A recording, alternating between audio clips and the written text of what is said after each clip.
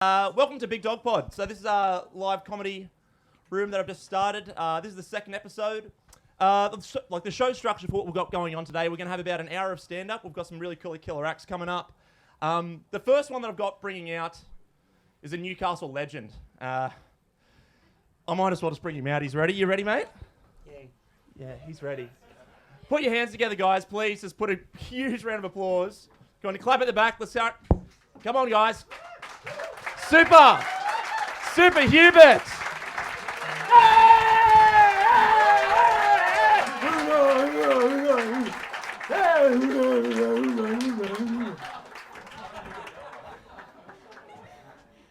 Well, far out. Wow, look at this. When I first walked in the door, I said, "Where's the auditorium?"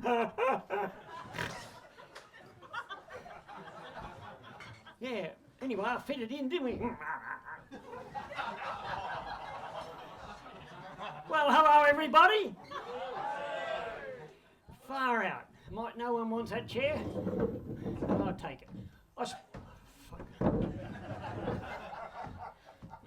Because I do a lot of private parties and a lot of don't have stage, I spend half my time on the chair.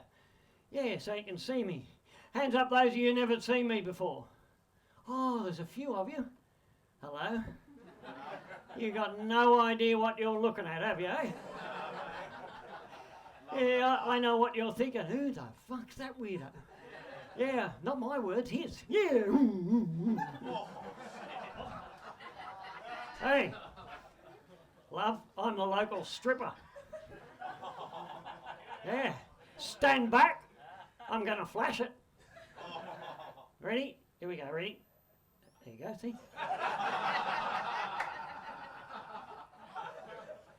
Now, of course you don't know me, I'll tell you a bit about myself. I used to be skinny once.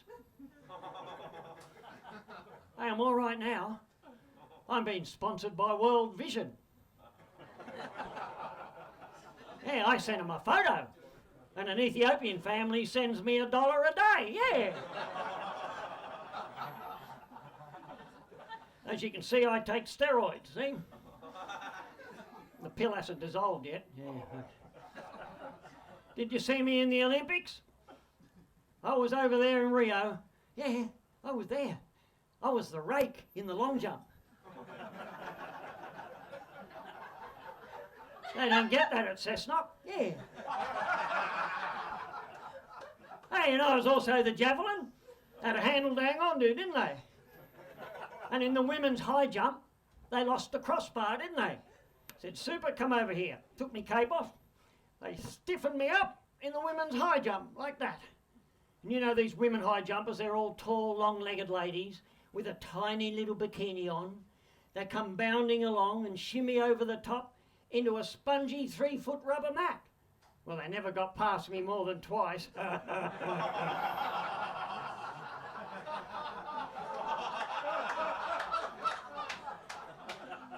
bit of a grab, and we were in the mat, weren't we? I'll tell you what, we raised the bar a few times, yeah.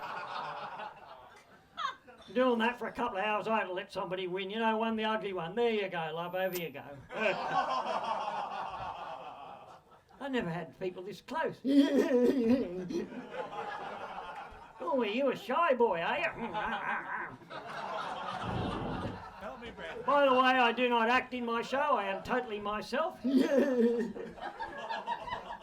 I love what I do. I changed my name to Super Hubert around 2000. What's that day? Nearly 17 years ago. The curly locks. Now, what was I? Oh, yeah. You got no idea how psychic I am. I am. I'm very psychic. Oh, right. Look what I got here. Look what I got here.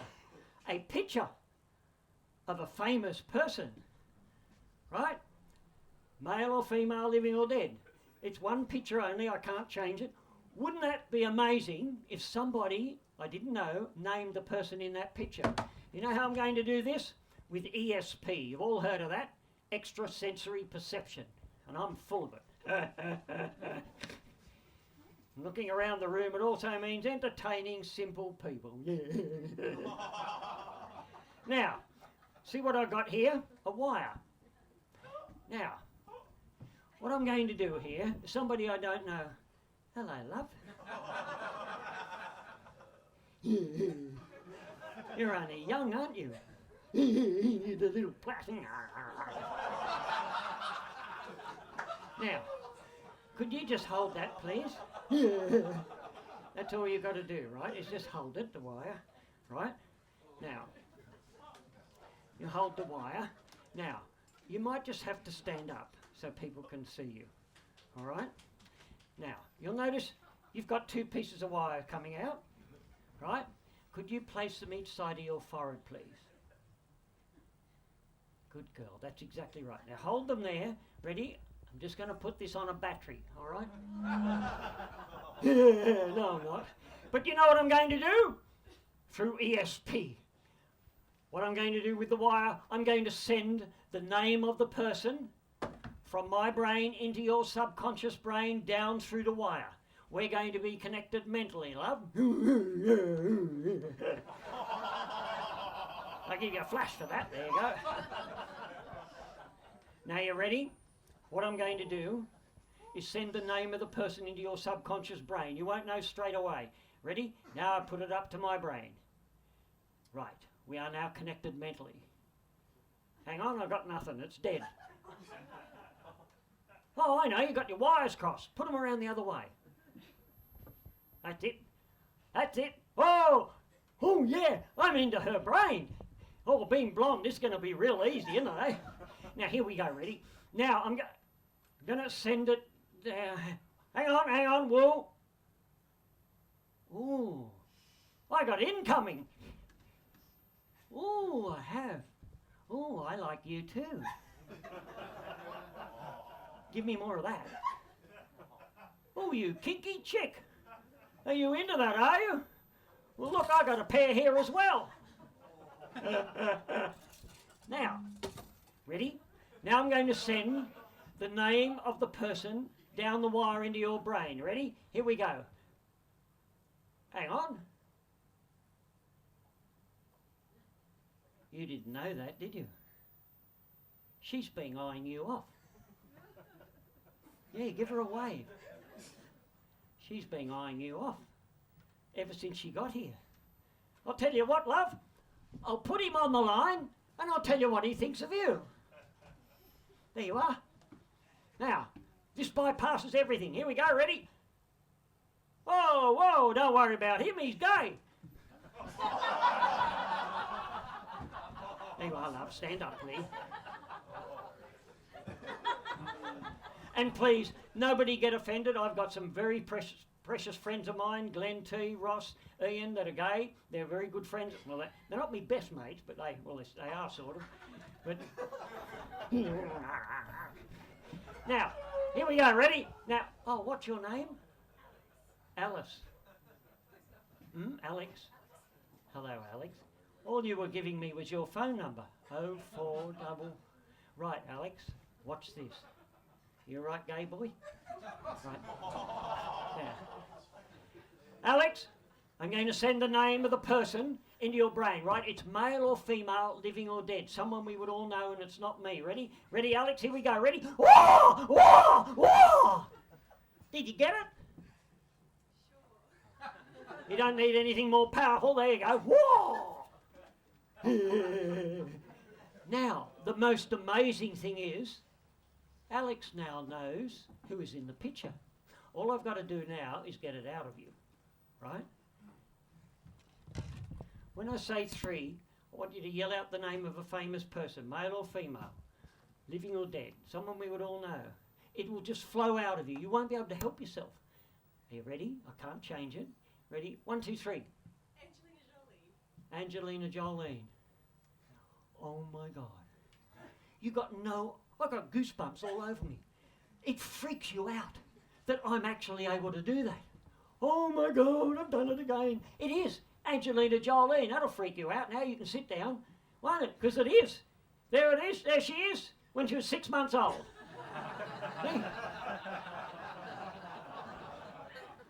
lucky she didn't say Michael Jackson in it, eh? Doesn't matter. I got that one covered too. Would you like to give her a real big clap?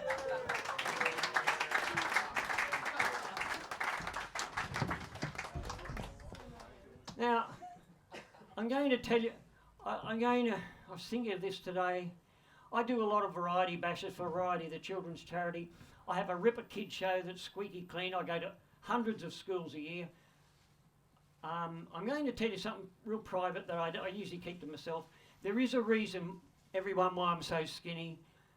No, when I was 15, I had ulcerative colitis, and 1984 it turned to cancer. And if my grandfather who was a doctor, didn't know this other bloke, I wouldn't literally be here. Dr. Killingback used to go around the world lecturing and put me up on the screen because he'd say, that's what happens when after I operate on my clients. And he'd have me running through my fire tunnel and getting blown up in a dunny. So, anyway, in 1984, I only cut on this real quick because I had my whole large bowel removed, except for 6 inches, and the cancer came back in 1992. I had it totally removed. I had nearly ostomy bag here, and they did a loop ileostomy in my small intestines, and after a few months re-sewed me back up and took it away, and I've been a lot better ever since. But what it does, see, I have no large bowel whatsoever, so food goes through me very quickly. Especially the 80s, I'd go to the toilet sometimes 30 times a day, and it was really hard to live with as well as doing this. I've got some of the things that have happened to me, but anyway. And then on 2000, I was asked to go on my first variety bash. Met me mate Ferrell, who is Ferrell. And anyway, a couple of years ago, I've never ever told this story. It's not a story. I'll tell it as I remember it. It's not written down anywhere. At the end of a day on a bash, it was a Sydney bash in August. It was freezing cold. We did 600 kilometres for the day, all up in Queensland somewhere. I did a show in the morning, that's what I do. Then I play catch up because I do it when they all leave. Then I do a show at lunchtime. Then I catch them up. And by the time we got to the motel room, it was 6 p.m. And by then, my body is literally screaming to go to the toilet. The pain level comes fairly high. I hide it a lot. It goes through waves as your things move in your small intestines. Anyway, I'm going to try and I'll tell you what happened. It's funny now, but... And I have never ever, this honest truth, I'm only thinking today, I'm going to actually tell that because I can see what it's like with you people, how it goes. Anyway, we get to the motel room, and Ferrell knows exactly how my body operates anyway, and I said, we got the motel, I said, quick, run in and get the key, check it, because I'm an official on it. They found my lease, he came out with the key, I think it was number 17. He drove me down to the room and I got out, opened the door. Now the holding power that I had none of this in the 80s at all. And ran into there, and there was the bathroom. As quick as I could undo my jeans and put them off. The underpants quickly flicked the lid of the thing off and sat down, and it just goes straight over. But the problem was when I flicked the lid back, it flew back down and I sat on the lid. This is dead set what happened. And I'm sitting on the lid and the whole thing is coming out. It's like liquid porridge. It's fairly... I don't have a normal body like all you normal people. It's like that. And it was pouring. I think I raised up about half an inch. And then, oh my God, when the lid was down, I couldn't... The full release, I couldn't stop it, and it's dripping all over the floor, and my jeans are starting to get literally shit on them, yeah. And I took them off, kicked my shoes off, and I thought, oh God, I've got to take everything off. So I pulled my jacket up the back, pulled that out, and when I came over, oh shit. That's what it had, because I was sitting in it with this bottom of the shirt. And it was all over my back and then all over my hair. This is as true as I stand here, like that, and I put that on the floor. Anyway, the relief is unbelievable. You can't. Then I reached over for what am I going to do? The toilet paper. Pulled the thing. There were 6 little pieces. So I'm looking around for the spare roll. It was in a cupboard in the rest of the motel room, apparently. So there was none. There was a little hand towel next to a basin there, which was a little white hand towel that. This thing, I just remember this how it happened. I reached over, I got that. The mess I then had, took the rest of my jeans off. It was dripping down everywhere, because I knew if I lifted the lid up, that'd even be more of a mess. All down, and I took my jeans off, there was a mess everywhere. I thought, oh God. So I got all them off. I thought, now, where's the shower? It was in the next room, and you had to. So with this little towel, I had to stop all these drips because it was pouring down my legs and everything, and so I wouldn't dirty up the carpet. So I got it anyway. I tiptoed round in the carpet, and I got into the bathroom. No mess, good. Then I got in the shower, and that was all right. I had to completely wash myself. There was no soap there either, so I'm washing myself. Then when I'd all finished, where's the towel?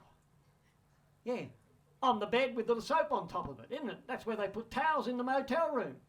So I went out, dripping wet, got the towel, and of course I had nothing to wear. And by now, Ferrell hadn't even come to my room, because what he'd done, he'd gone and found his room and started unpacking his stuff into his room. And the only thing I had was a towel, and it was the middle of winter, in the middle of August, and I'm freezing cold, and I thought, I got no clothes, nothing. So I put a towel around me, went out the motel room, tried to find my car. It was just round the corner a little bit. Knocked on a door. Ferrell, you in there? A lady opened the door. And I'm standing there with just a towel around me. Oh, sorry, I'm what? And she said, oh no, he went up the stairs. I thought, oh God, up the stairs, did he? Because she remembered him arriving in my supercar. So I went up. I said, what are you doing? He's lying on the bed watching television. And I said, I've had a little accident. I said, can you carry my clothes? And he started laughing. Come, because the tricks we play on each other, I could talk for half an hour on what we do to each other. Anyway, he came down and he saw the mess, and he absolutely lost it. He was paralytically laughing.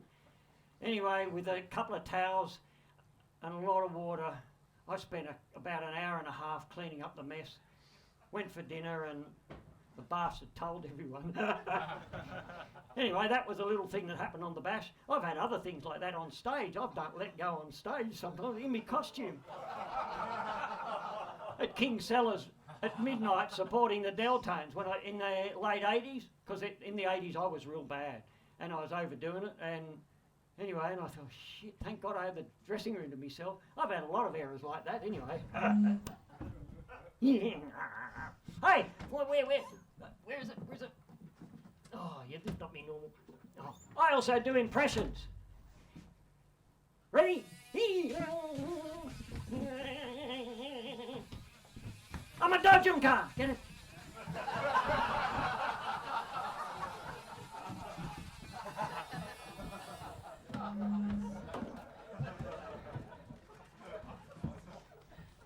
I'll just do this one last thing, because it's original to me. I might need this to stand on to do this, so you can all see it. Right, you can see that? Butter. Now, I've been doing this since the 80s. I keep increasing it all the time. Butter and margarine, they're in large, because some of the audience is 400 and that, so they can see what it's all amazing what happens when you string them together, right? It's grown over the years, right? It starts off a bit lame, but you'll get it. I was at a place called Lurapak, and I couldn't help but notice this lady. She was getting photographed by the press, followed, autographed. She was obviously a Western star. I could also tell she was full of vitality. So I got game enough, and I went up to her, and I said, hello, Blossom, what's your name? She said, Olive. I said, oh, hello, Olive. So we shook hands. Straight away, I could feel her pulse racing through my fingers, all the way down to me dick. No. No, I made that one up. Now, you know where I first met her? In Philadelphia.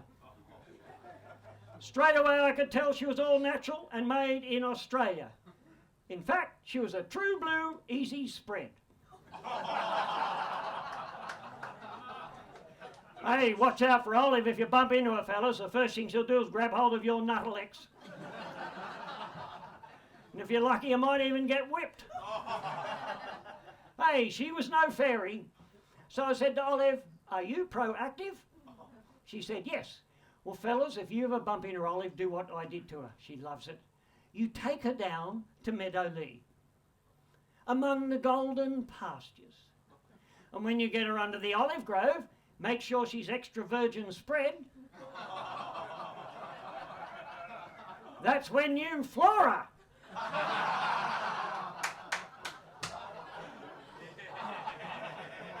Hey, make sure her legs are dairy soft and smooth and spreadable before you eat her.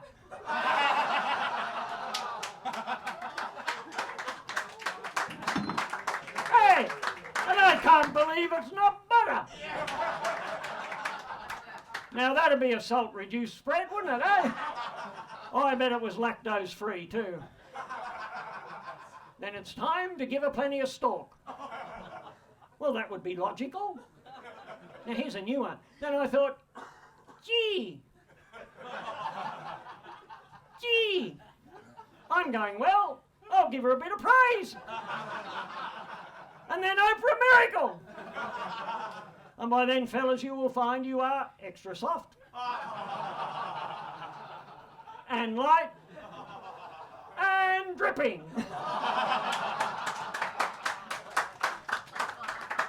Now that's an organic climax, isn't it, eh? And if all succeeds, you ought to be congratulated. Thank you very much, everybody. Yippee! Super Hubert, everyone.